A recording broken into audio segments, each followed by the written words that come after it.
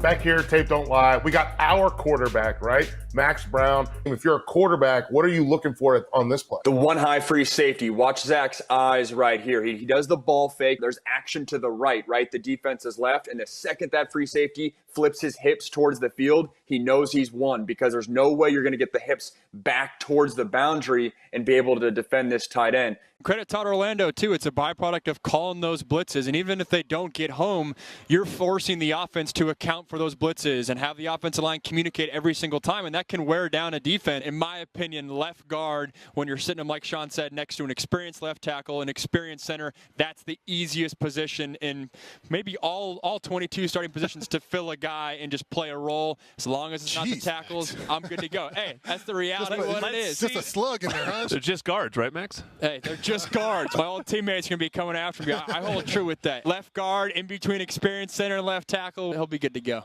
As a quarterback, anytime I saw the safety outside the hash to the boundary, look how far outside he is.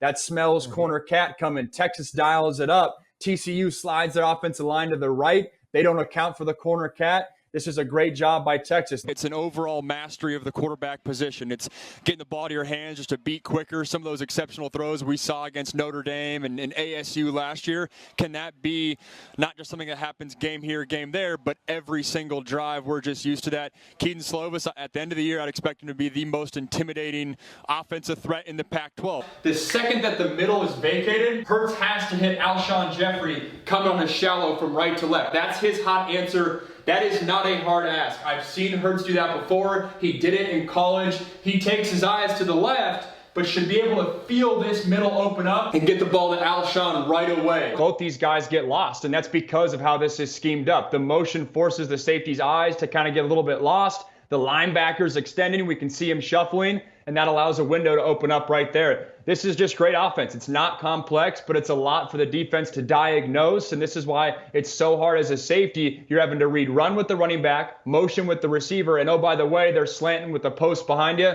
That's awfully tough. The reason I love this concept is because we see fades all the time here. This route is a great counter off the fade route. When Brady's eyes go here, if this was not open, Gronk is going to fall into his vision right here, and so you're not forced to scan around as a quarterback. Brady's just going to do the ball fake, take his eyes to AB, and Gronk meshes and molds into his vision. I don't see this a lot in the football world, but if I'm an OC, I'm taking a page out of Byron Leftwich's playbook, installing this, especially if you have a big-time tight end. It's a great concept to get two big-time playmakers involved in a red zone scheme. Are you seeing opportunities, Max, for big plays that just aren't being hit?